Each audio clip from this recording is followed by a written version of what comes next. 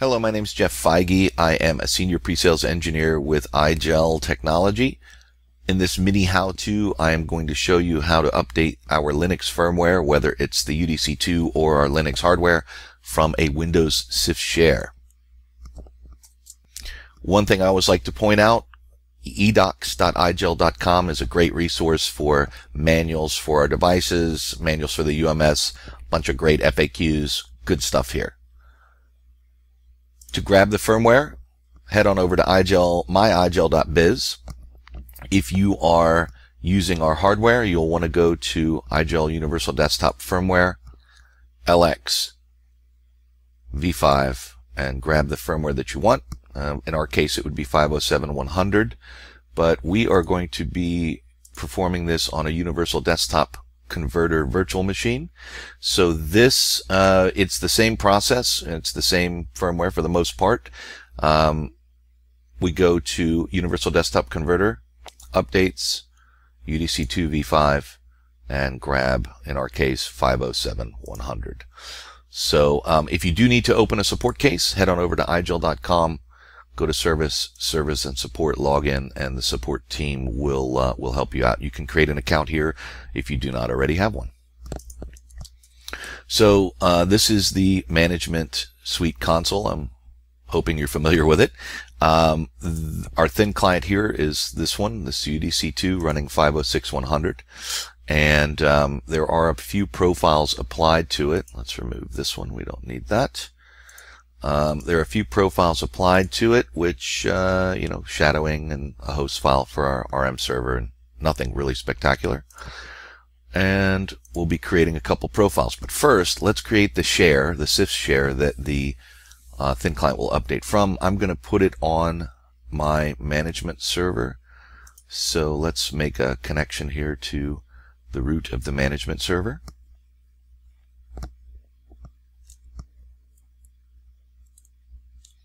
And there we go. I already have the zip file downloaded on my desktop, and now all I need to do is create a share. So we'll create a folder and call it firmware, and we'll unzip these items to this folder.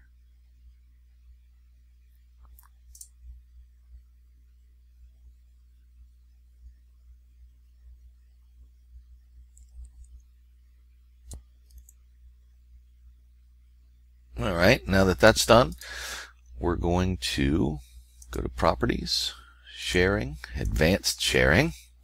We're going to share this folder. We'll leave the share name at firmware, set our permissions for everyone read, great, apply, OK, close. So now we have a share called firmware on IGEL RM server. Excellent, and it contains our firmware updates. This is all we need. So now we'll go over here and create a couple of profiles. You can put these together if you like. I like to split them apart for flexibility. But first one I'm going to create is firmware CIFS source. And we want to base this on a Linux or a UDC2 firmware, not a Windows firmware. And we'll leave everything else the same. Click OK. Go to Network. Network drives, and this process will also work for an NFS share. You'll be a very similar process anyway. So local mount point, you can make this anything you want. I'm going to leave it at the default. We'll need to remember that for the next step. My server is my IGEL RM server. Just make sure that this can be resolved by the thin client. The share name is firmware, as we set, and the username can be any user on the device, or on the domain, since we set it to everyone. And that should do it for this profile. And now we'll create our second one, firmware CIFS update. Same thing, choose a Linux based on, and leave everything else the same. And here we'll go to System, Update, Firmware Update. Turn this guy on and set it to File. Set our server path as SMB mount. This is the path that we had in the network portion before. I said you needed to remember. And that is pretty much it. We'll save it. We're going to create a new organizational unit here, new directory called CIFS Firmware Update. We're going to apply these two profiles to this folder, so they're both there. And we're going to move our UDC2 into this folder and say now. So it's going to shut down the network and restart it and mount that share. I have a local terminal on here, so I'll show you a troubleshooting technique as well, so that we can make sure that it's working. So it's back up and running. We'll open the terminal and we'll go to SMB mount, and we should see, well, we don't see anything in there. So let's probably my credentials are wrong, so let's go back to the source and I'll use some credentials that I know should work. Nothing like troubleshooting in a how-to video. All right.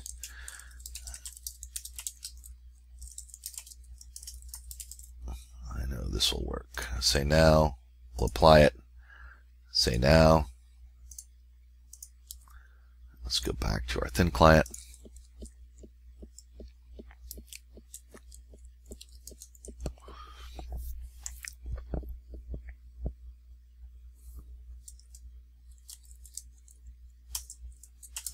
And there are our files. That's a little bit better.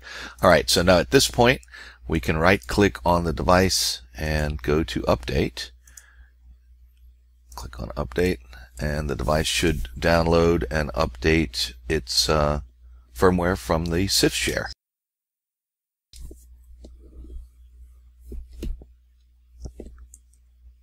We'll wait for this to finish.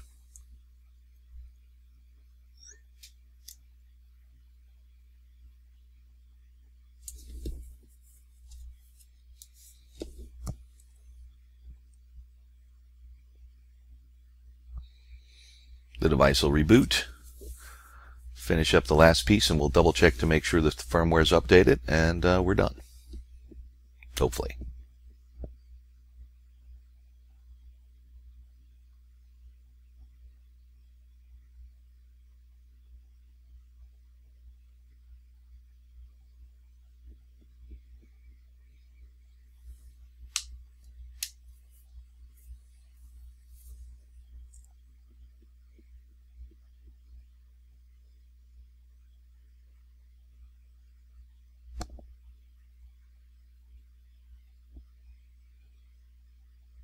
Okie dokie, so let's go here to About, and our device is now 507.100.01, updated from a CIFS share.